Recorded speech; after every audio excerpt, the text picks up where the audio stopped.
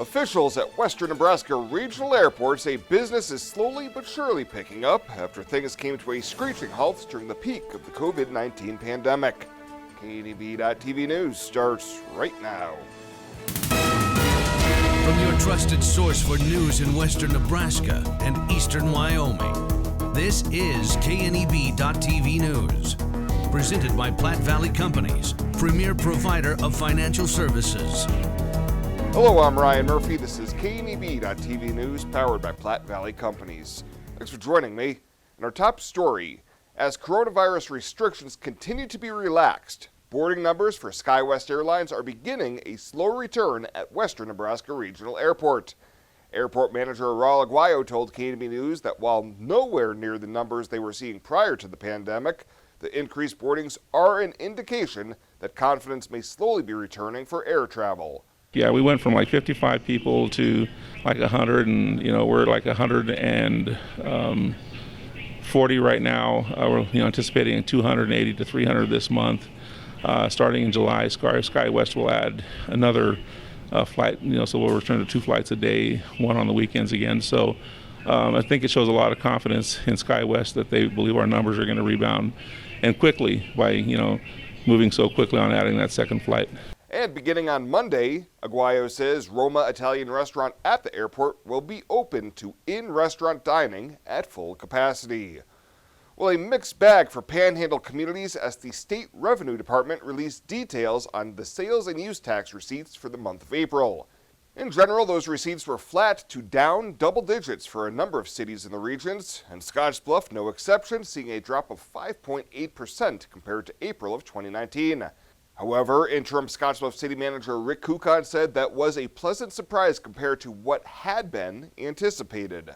So that's much better than the 20% that we were kind of looking at the possibility of. So year to date, we're in good shape, and that's probably due to the hailstorm, but we're looking at a 9.36% increase. Kukan says Scottsbluff may have fared better than surrounding communities and those of comparable size across the state due to the fact that it is a retail hub that draws a lot of people from a large area. Gering had a 11.1% drop in sales tax receipts, while Bayard was notably much higher, seeing an increase of 10.9%.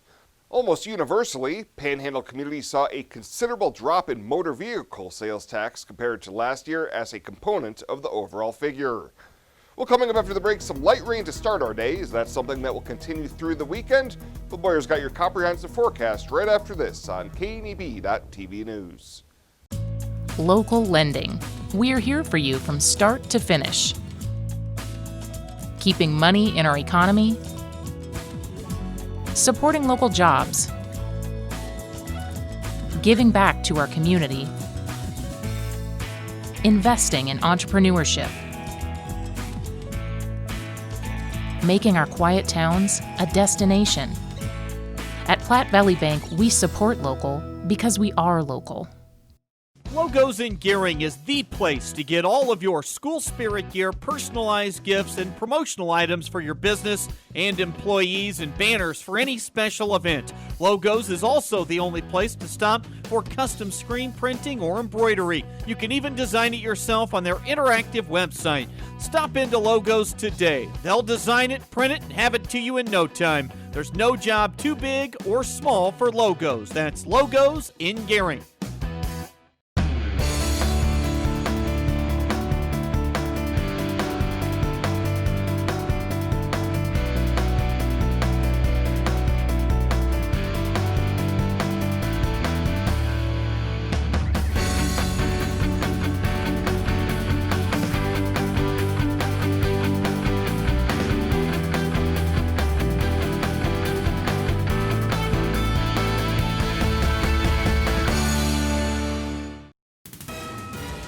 This is KNEB.TV weather from the KNEB Storm Center, your trusted source for weather.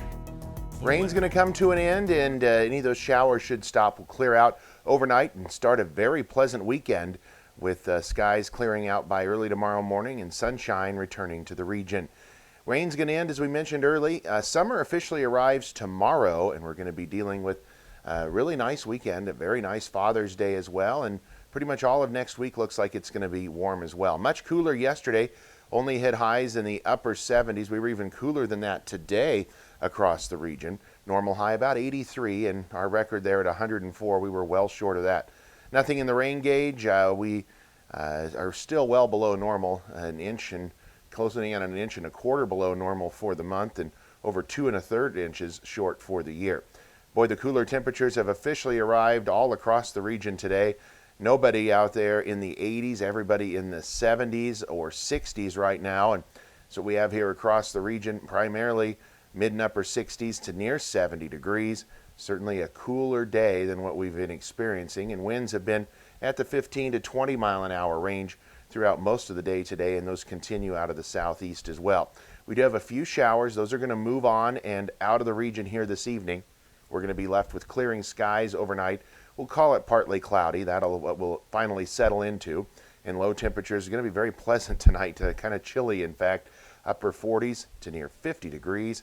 Then for tomorrow, we start the day with just a few clouds. They will move out pretty early, and we're going to be left with sunny skies for most of the day tomorrow. It's going to be a bright, sunny day, an isolated hit or miss storm possible, especially up in the Sandhills tomorrow night. Otherwise, just sunshine, and temps going to get back into the 80s tomorrow, even flirting with 90 in a couple of areas, as we see temps rebound quite quickly into the mid and upper 80s across the region, and we get even warmer, I think, for Father's Day. Any concentrated precip should be in the Sandhills and far eastern portions of our region, as well as up in the northern areas. Most of us are going to stay dry for the next couple of days. So a shower or two early, otherwise partly cloudy. Low tonight down around 49. For tomorrow, we have sunshine returning to the region. A very nice day. First day of summer tomorrow in the mid-80s. That's not too bad at all. Father's Day, about mid-80s again as well. A touch cooler on Monday, but as you look at next week, Tuesday, Wednesday, Thursday, Friday, we warm up. Wednesday, Thursday, Friday in the upper 80s and low 90s, with a slight chance of some isolated storms late in the week next week. Fly United Airlines, operated by SkyWest with Western Nebraska Regional Airport. United is dedicated to going the extra mile for you with daily flights to and from Denver, along with a commitment to excellent service. Reserve your flight today, and remember, United miles can be earned and redeemed with your flights. While at the airport, stop and enjoy authentic Italian food at Roma Italian Restaurant. Plus, Hertz Thrifty Car Rental is there for your car rental needs. Make life easier, relax, and get on board with Western Nebraska Regional Airport. At Renewal by Andersen, we know this coronavirus is scary, but we also know that America is the greatest country on earth, and we will stand together to defeat it. We want to ensure the safety of our customers, team members, and their families. We're taking every precaution with the strictest sanitary measures. Field employees are checking their temperatures regularly and using all safety precautions. Your home has never been more critical. Let our team at Renewal by Andersen improve it with the best windows and doors anywhere. Renewal by Andersen, we're here for you during this tough time and beyond. With magnificent views and a majestic rolling landscape, Scenic Knowles Golf Course welcomes you. Located 2 miles north of Mitchell, make your way to the top course in the valley. Recent renovations and the highest quality greens in western Nebraska provide a fantastic golf experience at a terrific value. Scenic Knowles provides exciting golf for all skill levels and is where PGA Tour pro Nate Lashley got his start. After your round or anytime you're hungry, stop into Ayala's restaurant for good food and drinks. Call today and book your tee time or go online at mitchellcity.net/recreation. Welcome back. Unified Command last evening confirming 3 new COVID-19 cases and announcing 3 new recoveries as well. The new cases include a Cheyenne County male in his 30s, a Scottsbluff County man in his 20s, and a Scottsbluff County man in his 70s. The 3 recoveries were all from Scottsbluff County. Looking at the latest numbers now from Panhandle Public Health District, as through Thursday evening, the Panhandle has seen 231 total cases with 142 cumulative recoveries. That leaves 87 active cases, 80 of which are in Scottsbluff County, 4 in Morrill County, 2 in Cheyenne County, and 1 in Sioux County. Free TestNebraska.com testing was held today and again tomorrow in Scottsbluff at the PPHD offices on West 16th Street. On Sunday, they'll be providing free testing in Sidney at Sidney Regional Medical Center from 8 to noon. Testing is free, but make sure you have filled out your online assessment at testnebraska.com to get registered. And Nebraska's governor has told local governments they will get no federal money meant to help fight the effect of the coronavirus pandemic if they require people to wear masks in public buildings.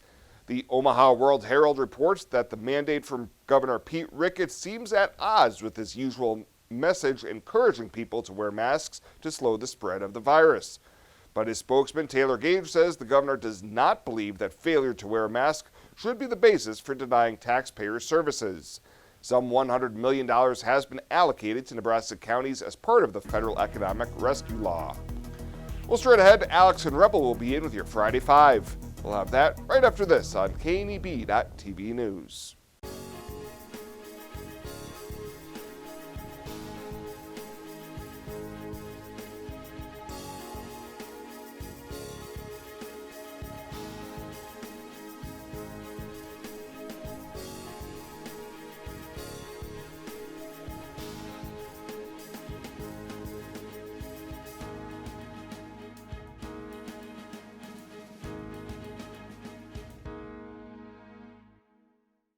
Box Butte General Hospital continues our mission to lead and innovate in healthcare delivery and community wellness. But this isn't just a hospital. This is home to exceptional patient care. This is the greatest place to work, receive care, and practice medicine. This is innovation in action. This is community wellness. This is where specialty clinics fit your needs. This is where a friendly smile, a warm hand, and an empathetic ear exist to care for you. We are Box Butte General Hospital. This is us. Great things are happening here since 1976. Home buying is filled with decisions. Neighborhood, floor plan, fenced yard. Make one choice that's easy. Start with FMVO First. We'll guide you home. Home buying is filled with decisions. Square feet, fixer-upper, room to grow. Make one choice that's easy. Start with FMVO First. We'll guide you home.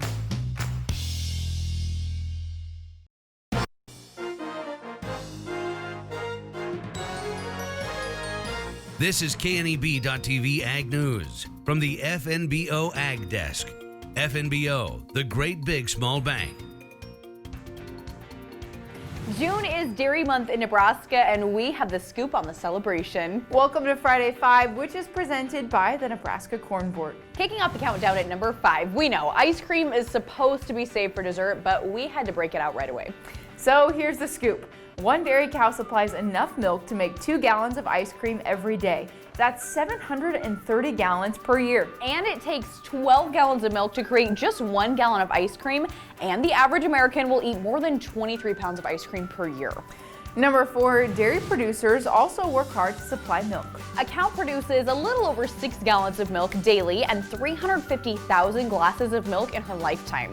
Cow productivity is measured as pounds of milk per cow per year, and it has increased nationwide over the years. Nebraska farms have increased pounds of milk per cow by 50% over the past 20 years. That's incredible. In at number 3, you may not think of dairy when you think of Nebraska, but we have a pretty impressive dairy industry. According to the Nebraska Department of Ag, there are 195 licensed dairy farms that are located mainly in the eastern half of the state. The dairy industry has certainly changed, though, as dairy production in Nebraska has followed the national trend for fewer dairies with more cows. The 195 dairies in the state have an average of 282 cows on each dairy. 15 years ago, there were 748 dairy farms with an average of 98 cows per farm. Number 2 this week, it's about to get cheesy. It takes about 10 pounds of milk to make 1 pound of cheese, though this ratio depends on the type of milk. The biggest and heaviest cheese ever created was 32 feet long and weighed 57,500 pounds. A Canadian cheesemaker used 540,000 pounds of milk to make this record-breaking cheddar cheese. And Americans are pretty fond of their cheese, as the most popular cheese recipe in America is mac and cheese. And finally, number 1, Nebraska Governor Pete Ricketts proclaimed June as Dairy Month in Nebraska. Nebraska State Dairy Association President Mike Gunther accepted the official proclamation on behalf of the state's dairy farmers, and he also highlighted how dairy has continued to improve with nutrition and research. Dairy Month is usually proclaimed during Moo at the Zoo in Omaha, but that didn't stop Governor Ricketts and Gunther from enjoying an ice-cold glass of chocolate milk. And that'll do it for this week's edition of Friday 5, which is brought to you by the Nebraska Corn Board. Have a great weekend. This is Mike. Mike likes his car. Mike likes to save money. And Mike likes to breathe. So Mike fills up with E15 with 15% American ethanol. The clean octane in E15 gives Mike the performance he wants from his engine and the clean air he wants for his family. Better yet, E15 costs less at the pump. Higher octane, cleaner air, lower cost. E15 sure gives Mike a lot to like. Discover E15 with American ethanol. Small business, you're the engine that makes our communities thrive. That's why we're with you, providing more for you, so you can focus on what matters most.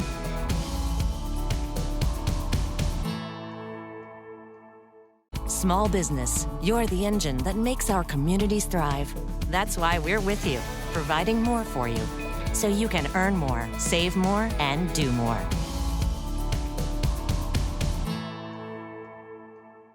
For the past 44 years, Platte Valley Vacuum and Sewing has been serving the Nebraska area. That's quite a long time. At Platte Valley Vac and Sew, you'll find quality sewing machines, quilting and embroidery machines, even sergers from name brands such as Pfaff and Baby Lock, both known for their well-made machinery. Keep in mind you'll receive one-on-one lessons with your machine purchase. Platte Valley Vac and Sew also offers a fine selection of 100% cotton quilting fabrics and a great selection of threads and notions to assist you in most any quilting or embroidery project you might have. For all your sewing machine quilting needs, stop by Platte Valley Vac and Sew, downtown Scottsbluff. When it comes to helping local folks with the loans and financial advice they need, we don't horse around. Our only goal is to help you and your family achieve your financial goals with the right loans and savings products. So if you want to bank with people that care about you and your financial needs, stop by or give us a call. First State Bank. We're big on you. Member FDIC. Online at fsbcentral.com.